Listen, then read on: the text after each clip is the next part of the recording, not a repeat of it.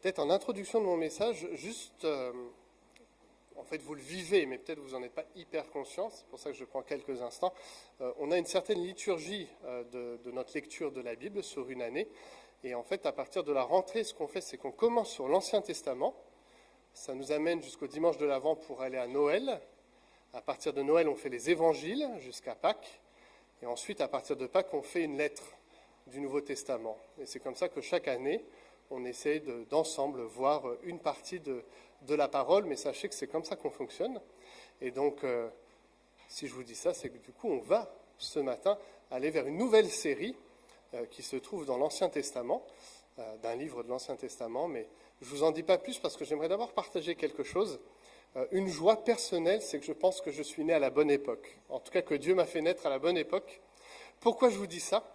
Parce que mon rêve, ça serait d'aller dans les étoiles, de découvrir l'univers. Je pourrais passer ma journée à regarder le ciel, en plein jour ou la nuit, et me projeter dans cet inconnu que je trouve grandiose. Et je suis né à la bonne époque parce que je fais partie de ceux et celles qui, le 11 août 1999, ont pu voir une éclipse solaire totale. Je ne sais pas si quelques-uns parmi vous l'ont vécu comme moi.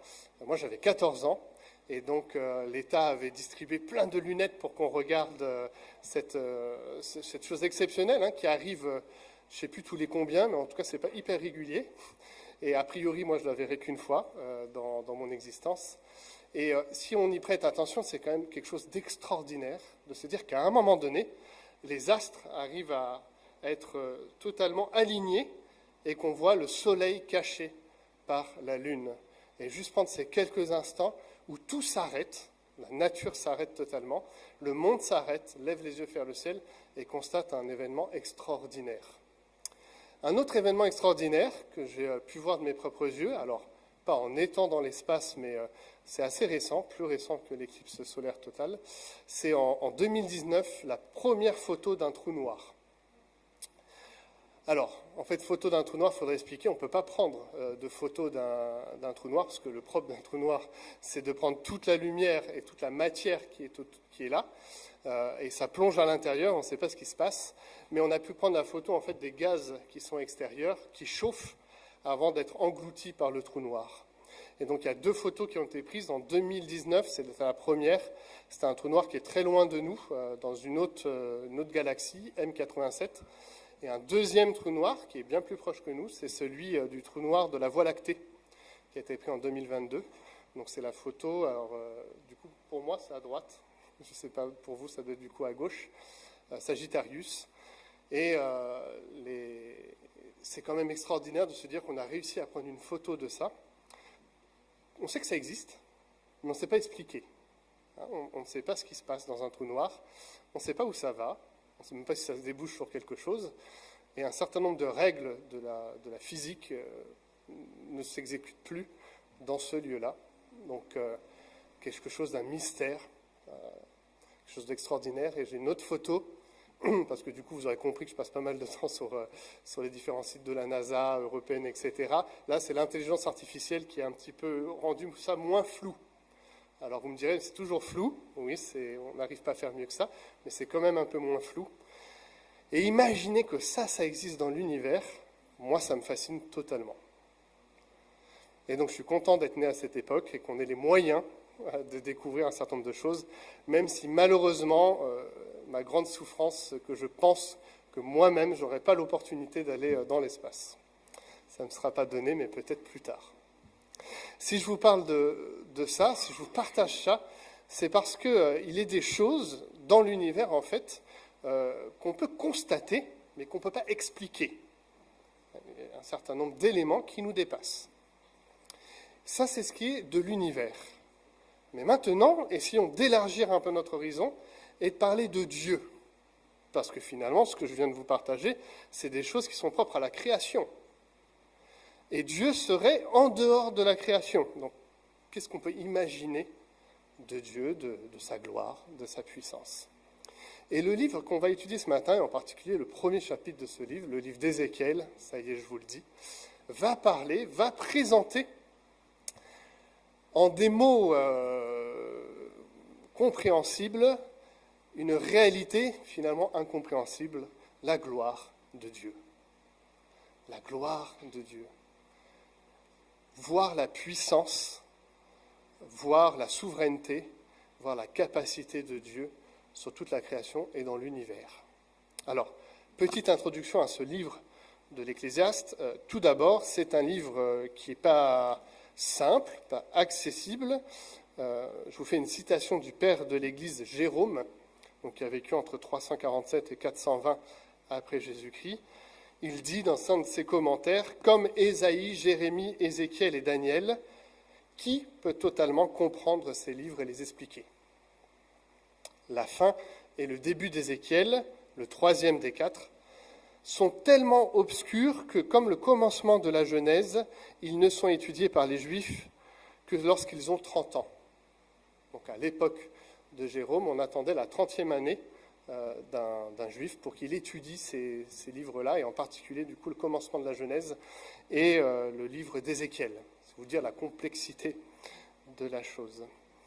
Pourquoi on attendait ? Parce qu'en fait, comme ce qu'on va lire, c'est un peu obscur, on peut rentrer dans une poursuite un peu mystique des choses et en fait aller loin de ce que le texte dit. Un autre élément de contexte, c'est parler d'Ézéchiel. Qui est Ézéchiel ? Où ça se passe au moment où il reçoit cette révélation qu'on va lire. Alors Ézéchiel, il se présente lui-même en fait au début de son livre. Il est né en Juda, dans une famille de prêtres de la lignée de Tsadok. C'est le fils de Bouilli, on va le lire dans quelques instants, vers 622, cette fois-ci avant Jésus-Christ du coup, soit au moment de la découverte du rouleau de la loi dans le temple et de la réforme de Josias. Ça, c'est un peu pour sa naissance. Lorsqu'il est appelé, c'est assez différent. Soit on considère qu'il a 30 ans, parce qu'en fait, on nous parle dans ce premier chapitre que c'est dans une 30e année qu'il reçoit sa vision. Donc, est-ce qu'on parle de son âge ? Est-ce qu'on parle d'un événement qui ne nous est pas connu et c'est 30 ans après cet événement ? Est-ce qu'on parle du règne de Joachim ? Ça, pareil, on ne sait pas trop. Considérons que c'est sur ces 30 ans qu'il reçoit cette révélation. Et en tout cas, quoi qu'il arrive, il reçoit cette révélation alors que lui-même n'est plus en Israël. Il n'est plus à Jérusalem. Il est dans un temps particulier de l'histoire d'Israël qui est l'exil. En 597, toujours avant Jésus-Christ, Nabuchodonosor, qui est l'empereur de l'empire babylonien, vient de ravager en fait Israël, qui a voulu se défendre mais qui n'a pas réussi. Et Israël n'existe plus en tant que tel, c'est devenu une colonie babylonienne.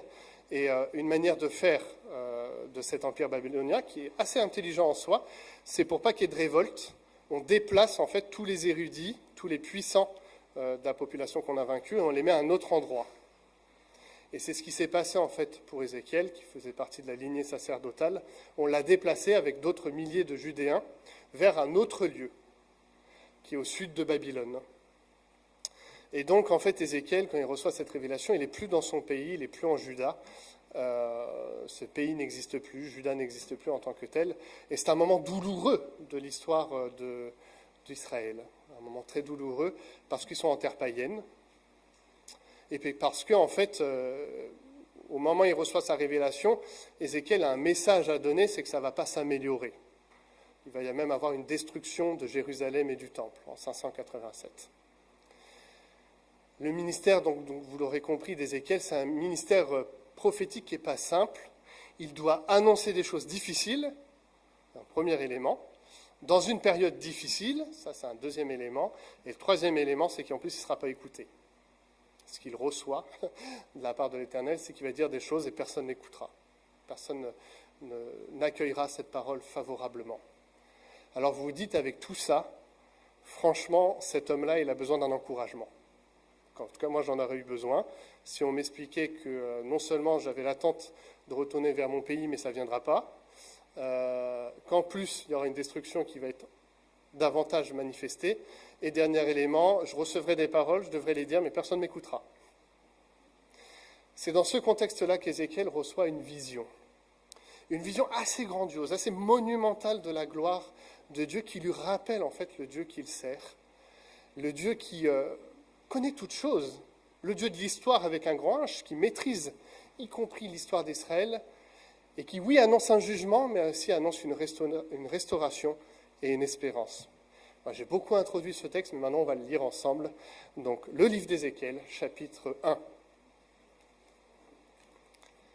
Si vous êtes prêts à cet exercice, je vous invite en fait à fermer les yeux.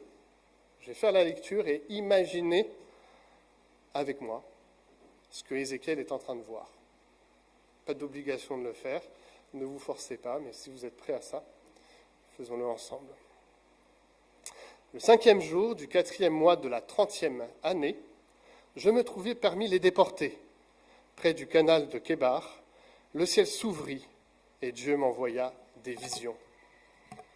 Le 5e jour du mois de cette année-là, c'est-à-dire la 5e année de la captivité du roi Jéhoïakin, l'Éternel adressa la parole à Ézéchiel, fils du prêtre Bouzi, au pays des Chaldéens, près du canal du Kébar. Là, la main de l'Éternel reposa sur lui. Je vis soudain un vent de tempête venant du nord qui poussait devant lui un énorme nuage sillonné d'éclairs. Ce nuage était entouré d'une clarté éblouissante. En son centre, il y avait l'éclat d'un métal au milieu du feu. En son milieu, je distinguais quelque chose qui ressemblait à 4 êtres vivants. Par leur aspect, ils ressemblaient à des hommes. Chacun d'eux avait 4 faces et 4 ailes. Leurs jambes étaient droites. Leurs pieds étaient comme ceux d'un taureau et brillaient comme du bronze poli. Sous leurs ailes et à leurs 4 côtés apparaissaient des mains humaines, et chacun des 4 avait ses faces et ses ailes. Leurs ailes se touchaient l'une l'autre par leur extrémité. Quand ils se déplaçaient, ils ne se tournaient pas, mais chacun avançait droit devant soi. Leur face ressemblait à celle d'un homme, et ils avaient tous les 4 une face de lion à droite, une face de taureau à gauche et une face d'aigle. Chacun d'eux avait 2 paires d'ailes. 2 de ces ailes se déployaient vers le haut, et chacune touchait une aile d'un autre être vivant de son côté. Les 2 autres couvraient leur corps. Chacun d'eux avançait droit devant soi. Ils allaient là où l'esprit les poussait à aller, sans qu'aucun d'eux ne se tourne pour se déplacer. Ces êtres vivants avaient l'aspect de braises incandescentes et de torches brillantes. Ils paraissaient embrasés comme des torches brillantes. Le feu courait entre ces êtres vivants. Ils avaient l'éclat du feu et des éclairs jaillissaient de ce feu. Ces êtres couraient, allant et venant en tous sens, comme des éclairs.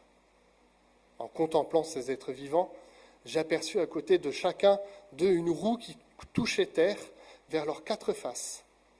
Les 4 roues étaient pareilles. Elles semblaient faites en chrysolite et paraissaient encastrées l'une au milieu de l'autre. Elles pouvaient donc se déplacer dans les 4 directions sans pivoter. Les jantes des 4 roues étaient d'une dimension énorme et terrifiante. Elles étaient couvertes de yeux sur toute leur circonférence. Quand les êtres vivants se déplaçaient, les roues se déplaçaient à côté d'eux. Et quand ils s'élevaient de terre, elles s'élevaient aussi. Ils allaient là où l'esprit les poussait à aller. Les roues s'élevaient en même temps qu'eux, car l'esprit qui animait les êtres vivants animait aussi les roues. Quand les êtres vivants s'avançaient, se tenaient arrêtés ou s'élevaient de terre, les roues s'avançaient, se tenaient arrêtés ou s'élevaient de terre en même temps qu'eux, car l'esprit qui animait les êtres vivants animait aussi les roues. Au-dessus de la tête de ces êtres vivants s'étendait quelque chose qui ressemblait à une étendue céleste et qui avait l'éclat éblouissant du cristal. Sous cette étendue, ils tendaient leurs ailes jusqu'à toucher celles de leurs voisins, et chacun en avait 2 qui lui couvraient le corps. Quand ils se déplaçaient, j'entendais le bruit de leurs ailes, un bruit semblable au grondement des grosses eaux ou à la voix du Tout-Puissant. C'était un bruit de grand tumulte, comme celui d'un campement guerrier. Quand ils s'arrêtaient, ils abaissaient leurs ailes. Alors une voix retentit au-dessus de l'étendue céleste qui surplombait leur tête. Par-dessus cette étendue apparaissait comme une pierre de saphir qui avait la forme d'un trône. Et au-dessus de ce qui ressemblait à un trône, au point le plus élevé, se tenait un être ayant l'aspect d'un homme. Je vis que la partie supérieure de son corps, au-dessus de ce qui ressemblait à sa taille, avait un éclat étincelant et l'aspect du feu tout autour. Et la partie inférieure semblait comme baignée de feu et répandait autour d'elle une vive clarté. La clarté qui l'environnait avait l'aspect de l'arc-en-ciel qui resplendit dans les nuées en un jour de pluie. C'est ainsi que m'apparut ce qui ressemblait à la gloire de l'Éternel. À cette vue, je tombai la face contre terre et j'entendis quelqu'un me parler. Amen. Vous avez imaginé quelques instants cette image, cette vision? Quelles sont vos réactions? Quelles émotions vous ont traversé à la lecture de ce texte? La grandeur, la puissance, la majesté, quelque chose qui dépasse toute forme d'intelligence, indescriptible. Le prophète lui-même est obligé de dire plusieurs fois « ça paraissait, c'était comme, ça ressemblait à ». Il ne sait exprimer clairement ce qu'il vient de voir. Ézéchiel fait face à ce qui lui apparut comme la gloire de Dieu. Et quelle gloire! Une gloire qui dépasse la création,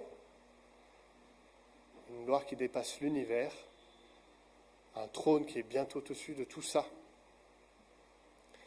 Bien des hommes et des femmes ont essayé de dessiner ce que je viens de lire. Sachez-le, c'est impossible, parce que ça dépasse toute logique, en fait. D'avoir des roues qui s'imbriquent ensemble avec des êtres vivants, avec du feu qui passe au milieu, qui vont dans les quatre côtés en même temps, ça dépasse toute logique humaine. On fait face à la gloire de Dieu dans le mystère que Dieu est. Il est Dieu et nous sommes des êtres humains. Je repose ma question, pourquoi il a fallu qu'Ézéchiel reçoive cette vision pour son ministère, alors que Dieu s'est manifesté de différentes façons aux hommes et femmes de la Bible?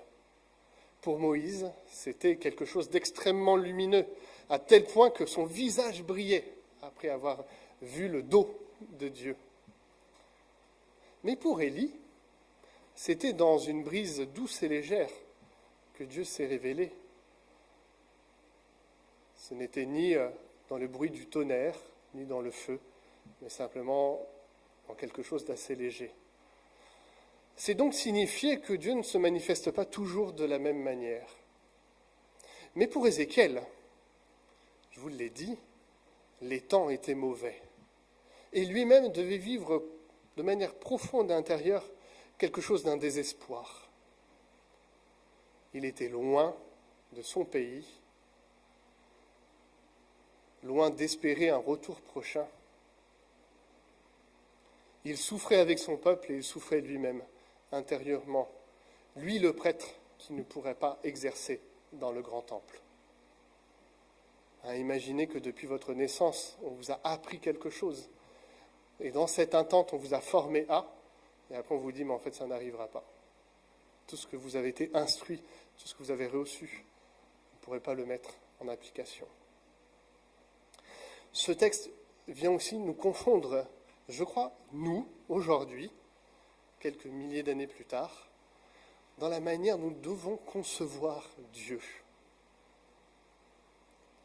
On est tenté, parce qu'on connaît le Christ et les évangiles, de tout solder de la personne divine au travers de Christ. Parfaitement homme, parfaitement Dieu. Jean ne dit-il pas que c'est à travers Jésus qu'on verra le Père, que le Père se manifestera? Et c'est vrai, et c'est juste. Mais il y a aussi une part de Dieu qui demeurera pour l'éternité, pour vous et moi, inaccessible. Plus haut que tout ce qu'on peut imaginer. Et Ézéchiel a besoin de le comprendre, alors que lui-même ne comprend pas l'histoire dans laquelle il s'insère et qui est son contexte à lui. Il passe par un temps de souffrance, non seulement pour lui, mais pour tous ceux qu'il aime autour de lui. Il a besoin de comprendre que le Dieu qu'il sert, l'Éternel, ne l'a pas abandonné, que le Dieu qu'il sert, l'Éternel, n'a pas abandonné Israël, que le Dieu qu'il sert, l'Éternel, n'est pas spécifiquement que à Jérusalem dans le temple, mais partout à la fois, omniscient, omniprésent, souverain sur toute chose. Et la vision qu'il reçoit dit exactement cela. C'est une vision éblouissante, grandiose de la majesté divine. Mais en même temps, en tout cas pour ma part, c'est terrifiant ce que je lis. Terrifiant d'imaginer des roues avec des yeux partout. Rien que de me l'imaginer quelques instants, il y a quelque chose en moi qui me dit, mais si je vois ça, je hurle. Comment imaginer un truc comme ça? Imaginer des êtres vivants à quatre faces, qui arrivent à se déplacer tous en même temps. Les sens de l'ouïe et de la vue du prophète sont saturés. Partout où il va, partout où il bouge en fait. Il y a Dieu partout. Il y a du bruit dans tous les sens et où il porte son regard, il y a toujours quelque chose qui bouge, qui est en action, qui est là. Ses sens sont saturés. Mais ça vient manifester à Ézéchiel que oui, Dieu ne règne pas à un seul endroit, mais qu'il règne sur tout. Sur toute la création d'abord. Ces quatre êtres vivants, symbole manifeste de la création entière, un visage d'homme, roi de la création, même si parfois on abuse de ce statut dans notre pratique. Le lion, symbole de la force sauvage, indomptable, le plus puissante de la savane. Le taureau, symbole de la force domestiquée, symbole aussi de la procréation, de la reproduction, de toute chose. Et enfin, l'aigle, le symbole par excellence de l'oiseau qui domine le ciel, qui domine toute chose, par son agilité, sa rapidité, par sa vue perçante. Dieu est au-dessus de ça. Il est ensuite au-dessus de l'étendue qu'on voit, de cette étendue, de ce tapis qui se déploie, de cet univers dont on a à peine conscience aujourd'hui, chacun d'entre nous. Dieu est encore au-dessus de ça. Il règne sur toute chose. Et pour Ézéchiel, quel message d'espérance, alors qu'il ne sait plus où se situer lui et où situer son peuple. Dieu vient se révéler avec lui par grandeur, mais aussi de manière mystérieuse pour rappeler à son prophète que oui, dans la personne, dans les trois personnes de la Trinité, dans la nature divine, il y a des choses qui sont au-dessus de nous, mais que Dieu sait ce qu'il fait, qu'il est le maître de l'histoire, qu'aucune créature, qu'aucune création, d'ailleurs qui est issue de lui-même, ne peut prétendre à se faire Dieu lui-même. Et quelle tentation pour nous, parfois, de remettre Dieu dans une boîte, de faire un Dieu à notre image. Et combien ce texte vient nous rappeler que ça n'arrivera jamais qu'il soit à notre image. Que si on constate que Dieu est Dieu, c'est parce qu'il y a une part de ce qu'il est, de sa nature, qui nous dépasse profondément. Voici la révélation que reçoit Ézéchiel. Alors, la tentation serait de voir dans tous les détails de ce texte, d'essayer d'expliquer. Un certain nombre ont essayé, mais ce que j'aimerais vous inviter aujourd'hui, c'est à voir l'ensemble du tableau. Et de discerner dans quelques détails, mais quelques détails choisis, la manière dont Dieu se révèle. Car oui, il va se révéler de manière indicible, indescriptible aux prophètes, comme nous aujourd'hui. Je vous l'ai dit, c'est impossible de comprendre en fait ce qu'on vient de lire, de le schématiser, ça nous dépasse. Mais en même temps, il y a des choses où Dieu vient à notre rencontre au travers de ce texte. Oui, nous devons accepter le mystère de Dieu, mais oui, il y a une parole pour nous. La première dans ce texte, c'est qu'il y a l'arc-en-ciel. L'arc-en-ciel, c'est un message de Dieu à l'attention de l'humanité qui dit « je ne vous détruira pas ». Ça, je trouve que c'est quand même rassurant que l'arc-en-ciel soit bien présent dans la vision. Le deuxième élément de ce texte qui fait toute la différence, c'est le tout dernier verset. « J'entendis quelqu'un parler ». Ce Dieu indescriptible, ce Dieu grandiose, trop lointain pour qu'on puisse le comprendre, tout d'un coup parle d'une voix intelligible. Il parle et nous comprenons ce qu'il dit. Dieu, loin, tout d'un coup devenu un Dieu proche. Un Dieu qui s'adresse à son prophète, qui va lui parler, qui va rentrer en relation avec lui. Si ce matin on a compris que Dieu nous a trouvés assez intelligents pour qu'on puisse comprendre une part de lui, je crois que ça fait partie de la beauté de ce qu'est l'Évangile et de ce qu'est la Bible.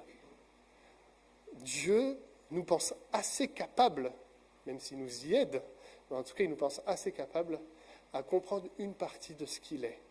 Pas le tout, mais une partie. Ce qu'on appellera la révélation. Dieu se révèle aux êtres humains, aux hommes, aux femmes et même aux enfants. Il dit quelque chose de lui. Et là, ce n'est pas indescriptible, ce n'est pas inintelligible, mais justement, c'est une parole qu'on peut accueillir, entendre, recevoir. Toute la différence dans cette vision d'Ézéchiel par rapport à une vision qu'on ne comprend pas, qui est lointaine, c'est que tout à la fin, Dieu parle. Et le prophète reçoit. Il faut donc dire les deux choses. Oui, Dieu est plus grand que nous. Oui, il nous dépasse. Et un certain nombre d'éléments de sa nature ne seront à jamais inaccessibles. Ce que je vous ai montré, l'éclipse solaire et le trou noir, c'est déjà inaccessible. Mais ça, comme j'ai dit, ça a trait à la création, en fait. On est toujours dans quelque chose qui a été fait de la parole de Dieu. Mais prendre quelques instants pour imaginer ce qu'il y a derrière, j'en ai aucune idée. Et pourtant, je sais que Dieu est à côté de la création. Il n'en est pas dépendant. Il est au-dessus de cette mêlée-là, qu'on peine à saisir et dont un certain nombre de mystères restent cachés pour nous. Ayons l'humilité parfois de reconnaître que le Dieu que nous servons est ce Dieu, mystérieux sur certains aspects. Mais ayons aussi la sagesse et la même humilité de reconnaître que ce Dieu vient nous parler et vient nous dire ce qu'il est. Il nous donne un nom, mais il nous donne même une image de ce qu'il est par l'incarnation du Fils. Dieu, ce même Dieu qu'on vient de lire, a marché parmi les hommes. Ce même Dieu qu'on vient de lire a accepté d'aller jusqu'à la croix. Et ce que nous verrons de la divinité, c'est ce Fils de Dieu. Alors une grande question, c'est est-ce que le Fils de Dieu est présent dans la vision que je viens de lire ? Eh bien, je crois qu'avec beaucoup de ce que je peux être, j'en ai aucune idée. Oui, il y a peut-être quelque chose de la personne du Christ dans cet homme qu'on voit. Mais il faut bien être conscient qu'en fait, au moment où Ézéchiel reçoit la vision, Jésus n'est pas un homme. C'est des siècles plus tard, en fait, qu'il s'incarne en un homme. Donc dire que Dieu serait déjà présent à la personne de Jésus par l'homme qu'on voit là, c'est quand même extrapolé de plusieurs siècles, ce qui devrait être plus tard. Maintenant, est-ce que ça enferme toute possibilité que le Christ soit présent dans la vision d'Ézéchiel ? Non, parce que je pense que la vision de la gloire de Dieu revêt la Trinité dans ce qu'il a vu. Mais c'est d'avoir explicité concrètement, ça serait revenir, je crois, avec à nouveau un orgueil de dire « je vais tout expliquer de la vision qui m'est donnée ». Or, il y a une partie, et c'est fait pour, qu'on ne pourra jamais expliquer dans la vision qu'on vient de lire. Ça fait partie du mystère qu'on doit tenir ensemble. Ce qu'il faut retenir de ce texte, c'est effectivement, et je le dirai une dernière fois, que la louange nous pousse à considérer Dieu pour ce qu'il est, grandiose, inaccessible et lointain. Trop intelligent pour qu'on saisir tout ce qu'on fait. On peut mettre des mots dessus, l'éternité. Voilà, déjà dire que l'humain est éternel, c'est déjà compliqué. Mais rajouter que pour Dieu, il n'a pas de début, pas de fin, c'est encore plus grand. De constater qu'Ézéchiel n'a pu que mettre face à terre en contemplant une part de la gloire de Dieu. Comme Jean, qui est tombé comme mort en voyant l'ange de l'Éternel qui s'est adressé à lui.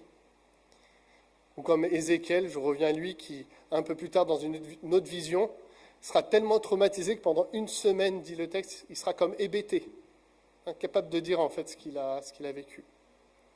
Mais ce même Dieu-là est un Dieu qui parle aujourd'hui à chacun d'entre nous, qui parle à l'Église et qui parle à ce monde. Parce que oui, cette vision est grandiose, mais oui, cette vision est aussi terrifiante, et ça fait partie de ce que Dieu est. Dieu est un juge. Et là où on peut croire que des choses seront cachées et ne seront pas vues, cette vision rappelle que toute chose sera vue. Que tu peux te cacher à l'autre bout du monde, le Seigneur sait ce que tu fais. Pour les uns, c'est une parole réconfortante, parce qu'on se dit Dieu sait tout, y compris dans mes malheurs les plus profonds. Il n'est pas dépassé pour ça. Et Dieu sait, il est souverain dans ces éléments. Mais pour celui qui souhaite ne pas avoir affaire à Dieu, c'est terrifiant en fait. Dieu saura tout. Impossible de te cacher. Tous les yeux te verront. À nouveau, cette image de tous les yeux là qui gravitent en même temps, et puis des quatre qui vont dans tous les sens. L'omniscience et l'omniprésence de Dieu. Les 4 points cardinaux, les 4 êtres vivants, les 4 roues, mais aussi tous les yeux qui scrutent. Et ça veut dire quelque chose, ça veut dire que l'histoire, c'est Dieu qui la maîtrise. À nouveau, c'est terrifiant pour celui qui ne veut pas de Dieu dans sa vie, mais pour celui qui l'accepte, c'est une parole rassurante parce qu'il pourrait passer des moments effroyables, des moments douloureux, des moments d'incompréhension, du pourquoi du psalmiste. On peut venir à la rencontre de Dieu et dire « Toi, tu sais ».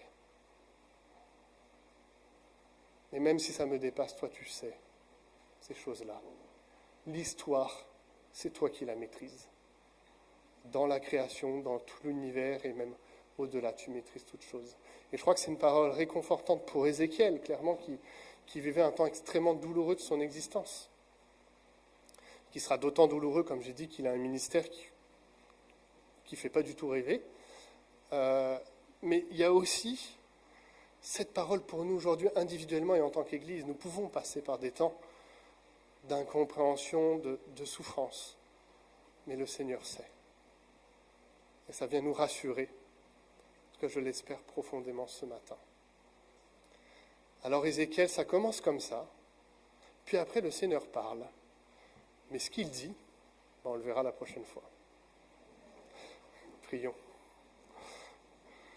Seigneur, merci encore pour ce matin et pour cette vision grandiose de toi. Toi qui es au-dessus de toutes choses, toi qui dépasses la création, l'univers. Toi qui demeures mystérieux sous bien des aspects. Et ce mystère, nous voulons l'accueillir dans notre statut d'être humain et non de Dieu nous-mêmes. Mais tu viens aussi rappeler, Seigneur, que tu es souverain, omniscient, omniprésent, tu es partout, tu vois toutes choses. Rien ne t'est caché. Et ce qui peut être terrifiant d'un côté est rassurant pour ceux et celles qui te servent. Tu es le maître de l'histoire. Et Seigneur, même si tu es loin et grand, tu es aussi celui, il faut le dire ensemble, qui est proche, qui vient à notre rencontre, qui parle, qui dit, qui s'est exprimé dans l'humanité, qui s'est même manifesté physiquement, concrètement, humainement, par Jésus-Christ. Seigneur, nous voulons accueillir cette révélation, la saisir. Nous avons soif de te connaître et de te connaître encore davantage. Merci de nous avoir perçus dignes de cela, dignes d'être partie intégrante de ton salut, comme Ézéchiel l'a été. Alors nous voulons plonger nos regards dans ce livre d'Ézéchiel et venir à ta rencontre. Toi l'Éternel, toi le Tout-Puissant, mais toi qui parles aujourd'hui encore. Amen.